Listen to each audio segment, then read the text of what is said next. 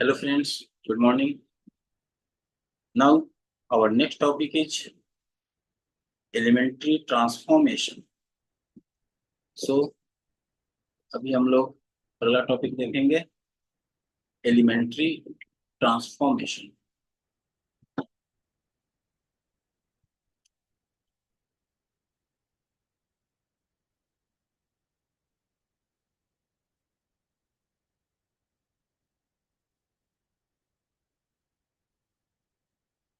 Elementary transformation.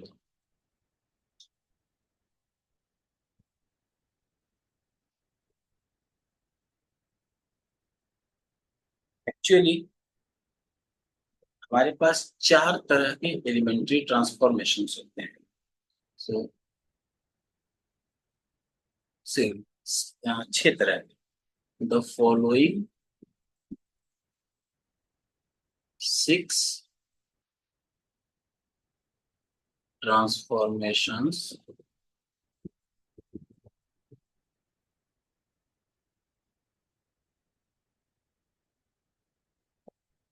three with rows and three with columns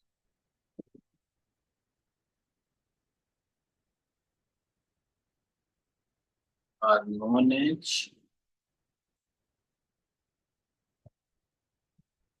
elementary transformation.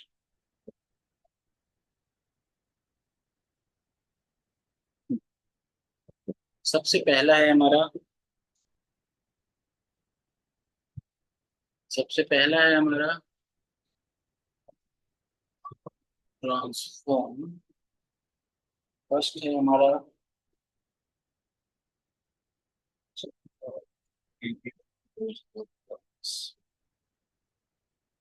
Interchange of any two rows और columns. Means सबसे पहले हम लोग या तो दो रो को इंटरचेंज करते हैं या फिर दो कॉलम को इंटरचेंज करते हैं. Now,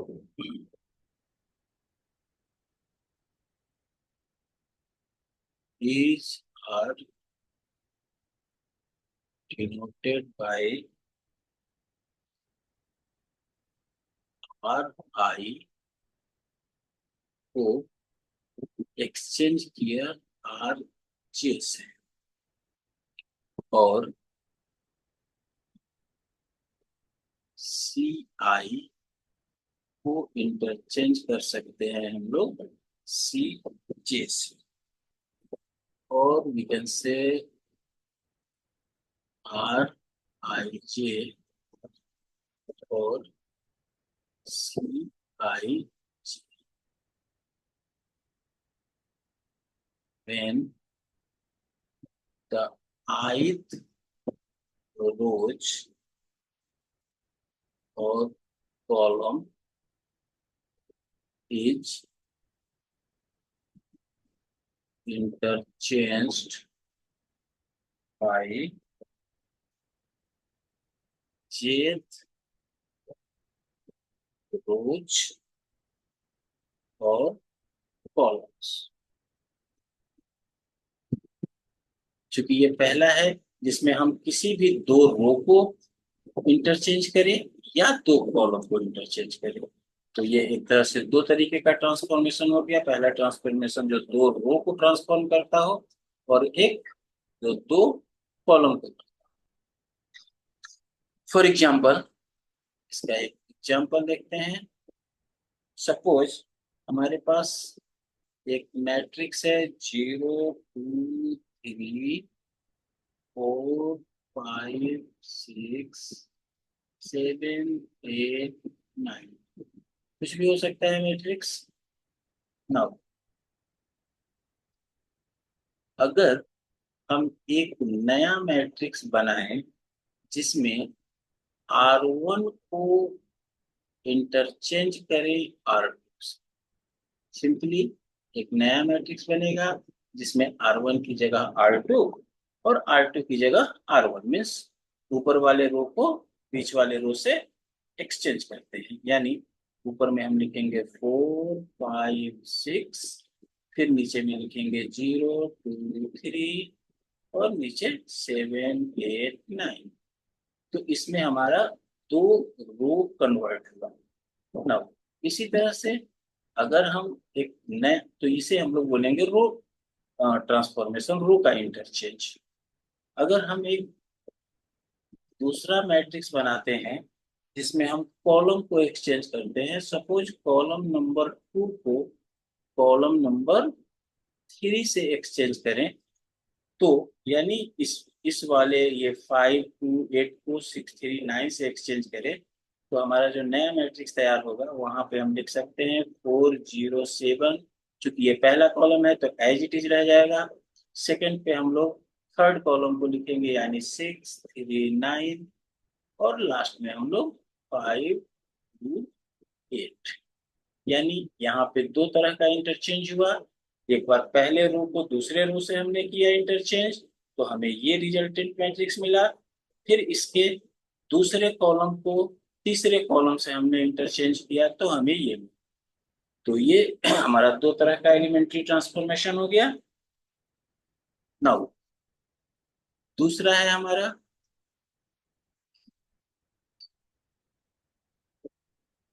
हमारा मल्टीप्लीकेशन ऑफ आइथ रो और ith column by non zero number के। यानी किसी एक नंबर से हम अगर गुना करें आइदर रो में और column,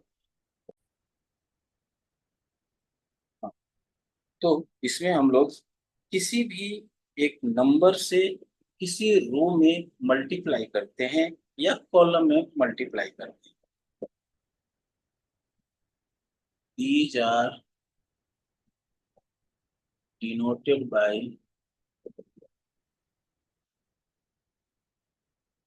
Ri exchange to K Ri और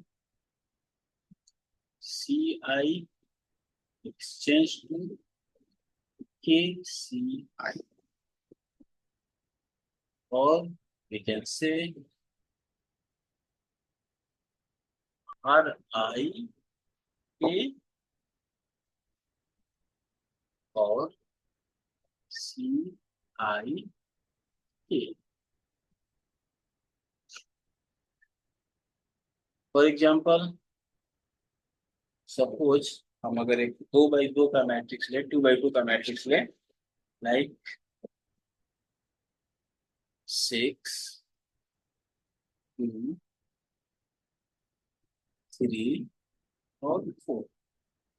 सपोज ये हमारा एक मैट्रिक्स है। इससे अगर हम एक नया मैट्रिक्स बनाएं जिसमें हम R1 को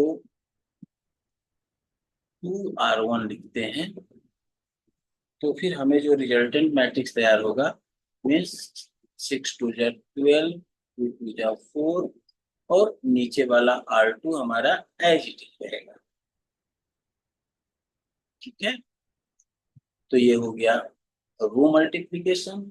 सपोज हम लोग कॉलम में मल्टीप्लाई करें मीन्स अगर हम C1 को मल्टीप्लाई करें 3 C1 से, यानी C1 को एक्सचेंज करें 3 C1 से, यानी कॉलम 1 में अगर हम 3 से गुना करें मीन्स 12 3 जा 36, 3 3 जा 9, और ये 4 और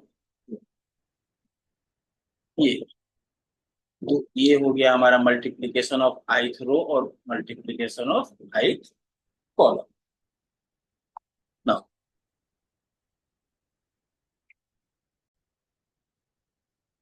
तो हमारा तीसरा है एडिशन ऑफ के टाइम्स द jth रो और कॉलम टू ith रो और कॉलम। मीन्स किसी एक रो में किसी एक दूसरे रो को के से गुना करके ऐड करें। Like these are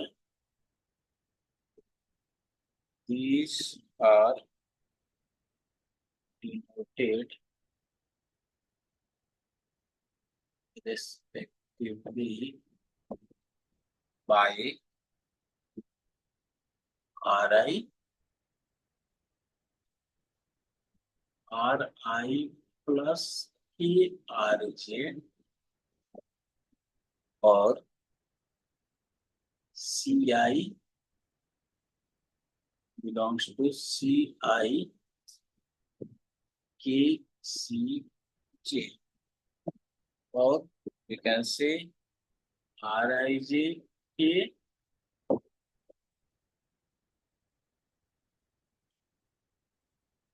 and R. Here we can write and CIJ K. For example, suppose एक 2x2 का मैट्रिक्स लेते हैं, लाइक 1 3 4 5. नाउ अगर हम इसमें कुछ ऐसा करें कि R2 tends to R2 plus 2R1 means हम R1 को एज इट इज छोड़ गए हैं, यानी ऊपर में तो 1 3 ही रहेगा. R2 में 2R1 से को जोड़ेंगे, यानी 2R1 अगर लेते हैं तो 1 इंटू 2 बराबर 2, और 2 प्लस 4 इक्वल टू 6, और 3 इंटू 2 6, एंड 6 प्लस 5 इज 11. तो ऐसा मैट्रिक्स होगा. फिर अगर सेम टेक्निक हम कॉलम पे भी लगाते हैं, सपोज कॉलम 2 को हम चेंज करते हैं, कॉलम 2 प्लस 2C1 2C1 यानी कॉलम 1 से. तो इसमें हम चेंज कर रहे हैं कॉलम 2 को, यानी कि कॉलम 1 हमारा एज इट इज रहेगा, और कॉलम 2 में कॉलम 1 में 2 से गुना करके जोड़ेंगे, यानी कॉलम 1 है 1, तो 1 इंटू 2 बराबर 2 and 3, 3 and 2 is 5, and 6 into 2 is 12, 12 plus 11 is 23. तो ये हमारा रिजल्टेंट मैट्रिक्स.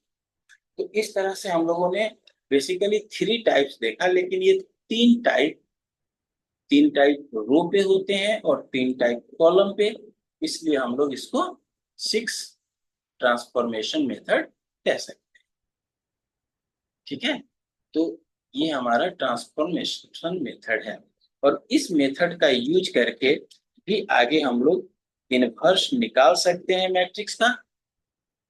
वो हम लोग नेक्स्ट टॉपिक में देखेंगे. नाउ हमारा नेक्स्ट टॉपिक है मैट्रिक्स का इनवर्स निकालना एलिमेंट्री ट्रांसफॉर्मेशन मेथड से. जो अभी हम लोग एलिमेंट्री ट्रांसफॉर्मेशन मेथड देखे हैं, उसका यूज करके भी हम इनवर्स निकाल सकते हैं, जिसे गॉस जॉर्डन मेथड के नाम से जाना जाता है. तो थोड़ा सा थ्योरी देखते हैं. वैसे थ्योरी की बहुत ज्यादा जरूरत नहीं है आप लोगों को एग्जाम के लिए. अभी आपको सिर्फ क्वेश्चंस का जरूरत है, क्योंकि आपके सिलेबस में लिखा हुआ है कि stress given on questions problems, not on proof of theory. So let A be a non singular matrix, क्योंकि सिंगुलर का तो हम लोग निकाल नहीं सकते हैं. A is a non singular matrix, non singular square matrix, non singular square matrix of order n. Thus A can be written as A बराबर I n ए मीन्स अगर ए में हम यूनिट मैट्रिक्स से गुना भी करें तो वो ए ही मिलता है। Then A can be reduced to the identity matrix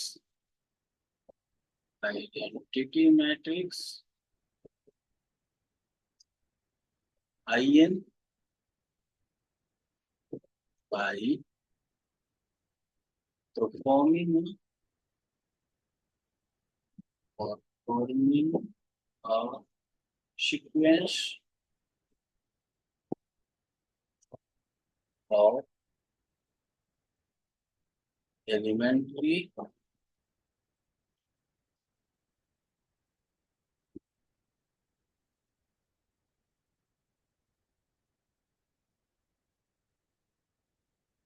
sequence of elementary row operations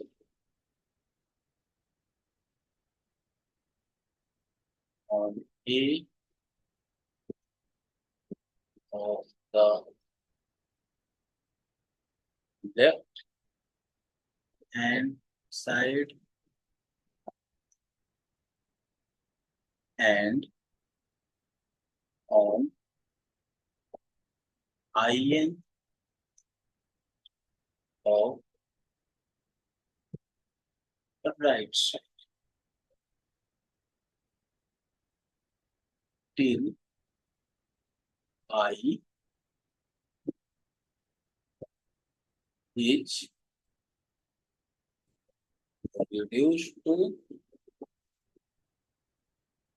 in equal to B E. Then E is the inverse of A. Means हमें क्या करना है, क्योंकि इस फॉर्मूला को तो हम डायरेक्टली लिखे हैं A equal to I N A. इसके बाद हमें इस ए में इस तरीके से एलिमेंट्री ट्रांसफॉर्मेशन करना है रो का यूज करके कि लेफ्ट हैंड साइड में हम लोग इस ए में करेंगे और सेम ऑपरेशन आई एन पे अप्लाई करेंगे। इस ए पर तब तक अप्लाई करते रहेंगे जब तक यह आई ना हो जाए, और जैसे ही ये आई होगा तो हमें जो आई एन मिलेगा वो एक्चुअली में इनवर्स ऑफ मैट्रिक्स। दस इसे हम एक एग्जांपल से समझेंगे। Thus if a matrix A be reduced to the identity matrix by a sequence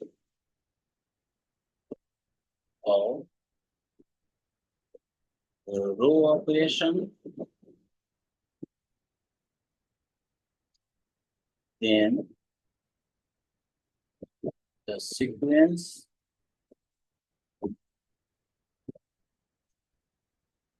of row operations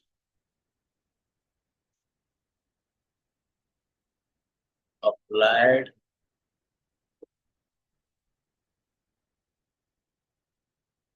to the identity matrix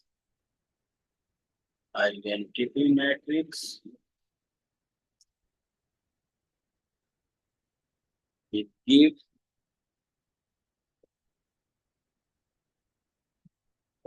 A inverse, that is the inverse of A। Now इसे हम लोग एक example से समझते हैं।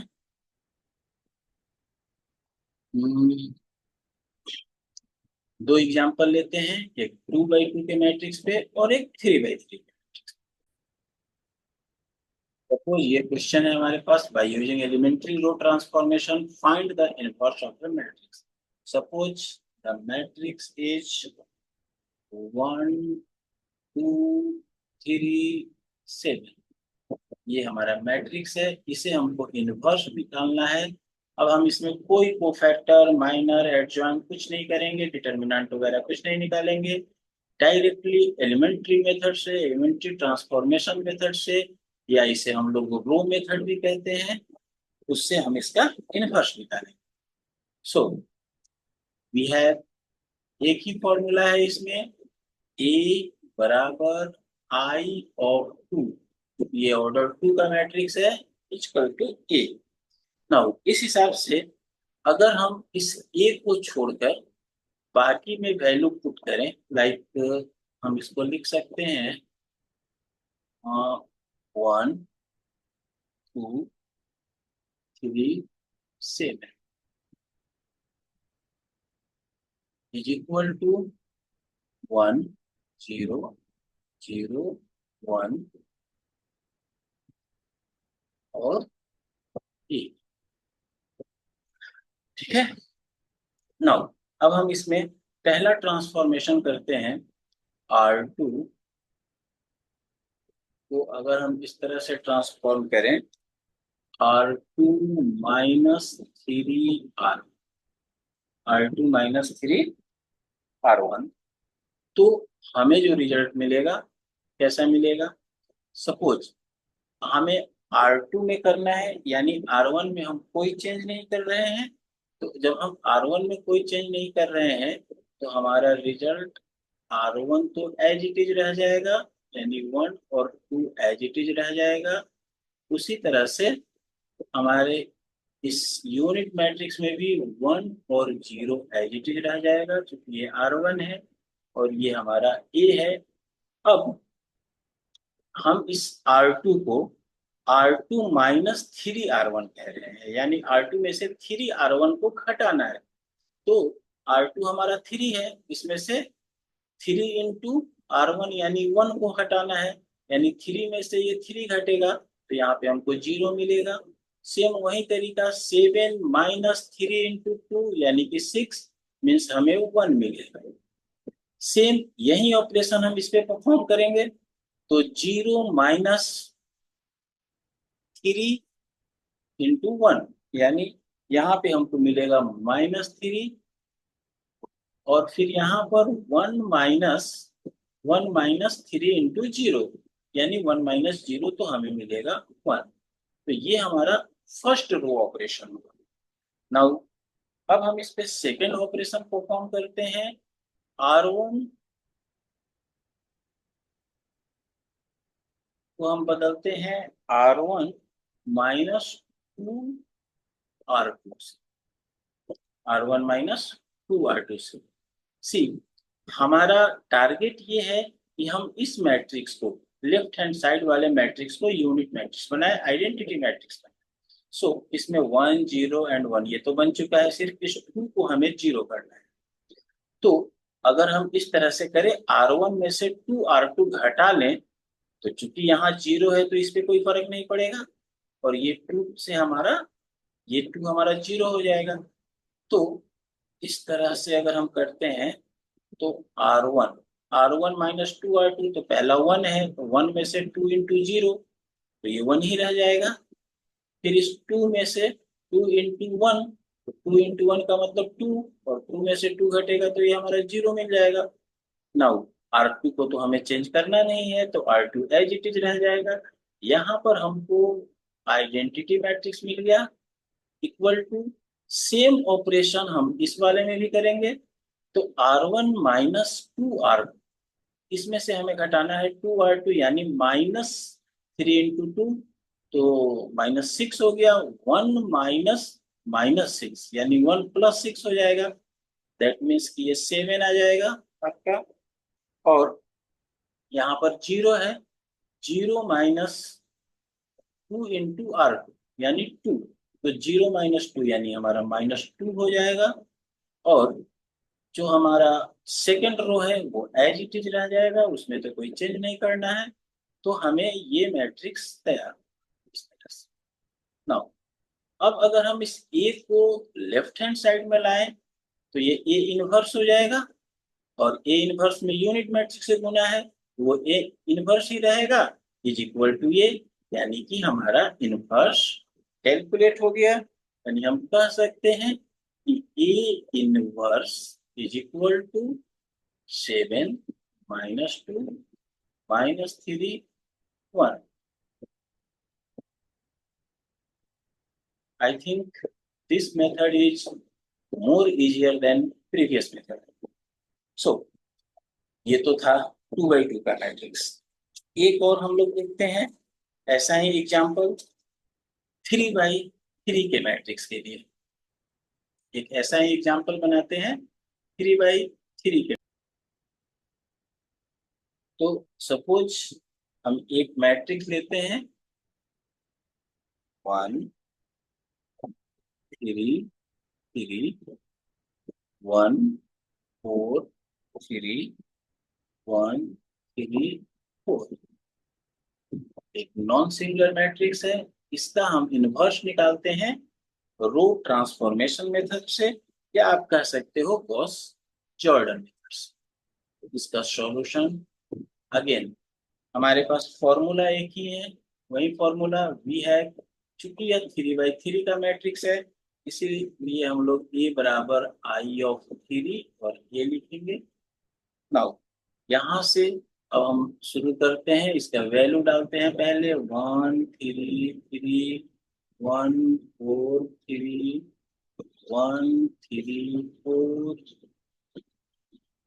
First हमारा ये तैयार हुआ, इक्वल टू 1 0 0 0 1 0 0 0 1। ये हमारा आइडेंटिटी मैट्रिक्स। और ये नाउ हम यहाँ पर एक लाइन दे देते हैं ताकि आसानी रहे, एक पेज में बन जाए।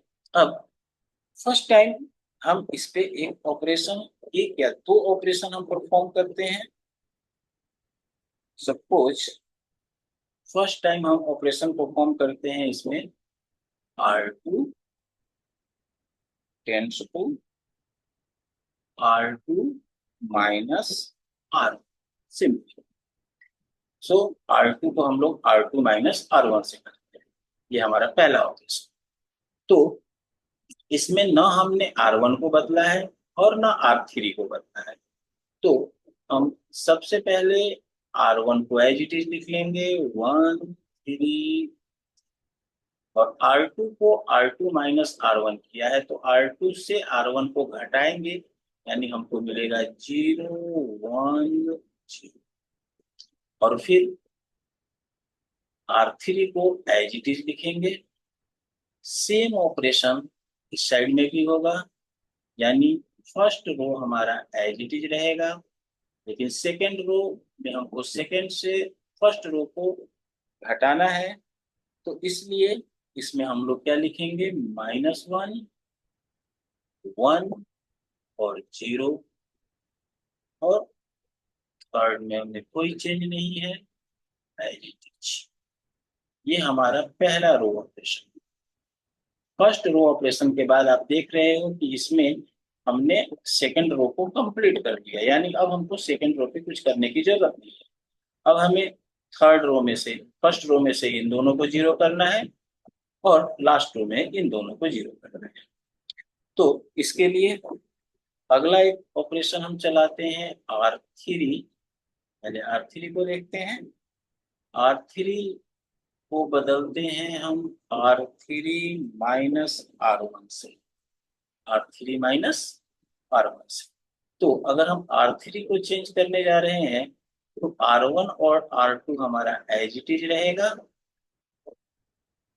0 1 0, और R3 की जगह पर R3 माइनस R1 हमने लिखा है, तो 1 में से 1 गया 0, 3 में से 3 गया 0, 4 में से 3 गया 1। आप देख सकते हो यहाँ पे आपका सेकंड रो भी सही हो गया, थर्ड रो भी सही हो गया। अब हमें सिर्फ फर्स्ट रो को करना है। सेम अप्लाई हम लोग इधर भी करेंगे। यहाँ भी हमारा पहला रो, दूसरा रो एज इट इज रहेगा, लेकिन तीसरे रो में कुछ चेंजेस आएंगे। चेंजेस क्या है? तीसरे में से पहले को घटाना है, यानी 0 में से 1 को घटाएंगे तो -1, 0 में से 0 को घटाएंगे तो 0, 1 में से 0 को घटाएंगे तो 1। ये हमारा आइडेंटिटी इस तरह से। नाउ अब अभी हमको इस पे और भी ऑपरेशंस परफॉर्म कराने होंगे। तो नेक्स्ट ऑपरेशन अब हम इस पे कराते हैं। अब हमारा R2 और R3 कंप्लीट हो चुका है, यानी अब जो भी ऑपरेशन हमें कराने हैं R1 पे कराने हैं। तो नेक्स्ट ऑपरेशन है हमारा R1। चूंकि हमें इसे खत्म करना है, इस थ्री को खत्म करना है और इस थ्री को खत्म करना है। तो अगर हम R1 को बदलते हैं, R1 अप्लाइड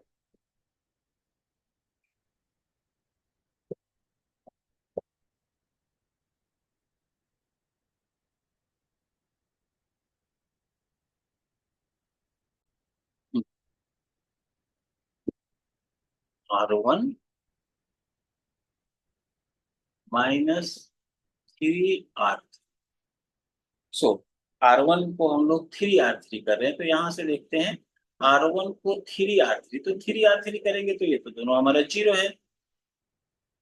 तो R1 -3R3 तो 0 है, तो कोई चेंज नहीं होगा, क्योंकि 3R3 0 ही हो जाएगा। तो 1 में से 0 घटाएंगे तो हमारा पहला रो में ये एज इट इज 1 रह जाएगा, ये एज इट इज 3 रह जाएगा। लेकिन यहाँ पे चूंकि 1 है तो 3 मल्टीप्लाइड बाई 1 इज 3 हो जाएगा। 3 में से इस 3 में से ये 3 निकलेगा, तो फिर यहाँ पे हमको 0 बचेगा। R2 में हमें कोई चेंज करना नहीं है, R3 में हमें कोई चेंज करना नहीं है, तो ये दोनों एज इट इज रह जाएगा। और फिर हम निकलेंगे नेक्स्ट पे इधर।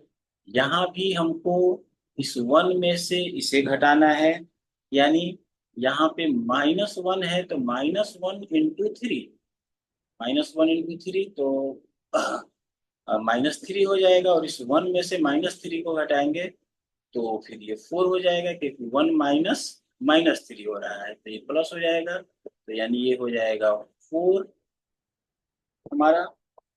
और फिर यहाँ पे 0 है और ये इधर भी 0 है, तो ये हमारा 0 ही रह जाएगा। लेकिन यहाँ 0 है और यहाँ 1 है, तो 1 का मतलब हो गया कि 1 × 3 बराबर 3 हो गया। इस 0 में से 3 को घटाओगे तो -3 आएगा। फिर सेकेंड रो में हमें कुछ करना नहीं है, थर्ड रो में हमें कुछ करना नहीं है, तो ये दोनों एज इट इज।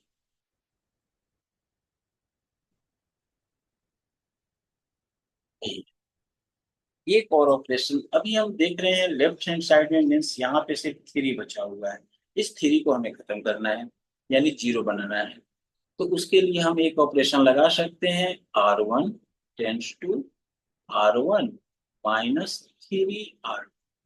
अब अगर इस ऑपरेशन को परफॉर्म किया जाए तो ये हमारा 1 आ जाएगा, और ये 3, इस 1 × 3, 3 से 3 घट गया तो ये 0 हो जाएगा। ये 0 हो जाएगा आपका। सेकंड रो में हमें कुछ करना नहीं है, थर्ड रो में हमें कुछ करना नहीं है, तो ये एज इट इज रह जाएगा। नाउ हमें यहाँ करना है फर्स्ट रो में, सेकंड रो को 3 से गुना करके फर्स्ट में से घटाना है। तो यानी इसमें अगर हम 3 से गुना करते हैं तो 3 आ जाएगा, -3। तो 4 में से -3 को घटाएंगे तो प्लस हो जाएगा, यानी 4 माइनस -3 इज इक्वल टू 7 हो जाएगा। फिर 0 है यहाँ और यहाँ भी 0 है हमारा। तो इस केस में, सॉरी, यहाँ 0 है लेकिन यहाँ 1 है, तो इस 0 में से हम इस 1 को घटाएंगे, 1 × 3 को घटाएंगे तो ये हमारा -3 आ जाएगा। ये -3 है और यहाँ पे 0 है, तो इस -3 में से हम 0 को हटाएंगे तो कोई अंतर नहीं आएगा, ये हमारा -3 रह जाएगा। सेकंड रो में हमें कुछ करना नहीं है, थर्ड रो में हमें कुछ करना नहीं है। तो ये एल।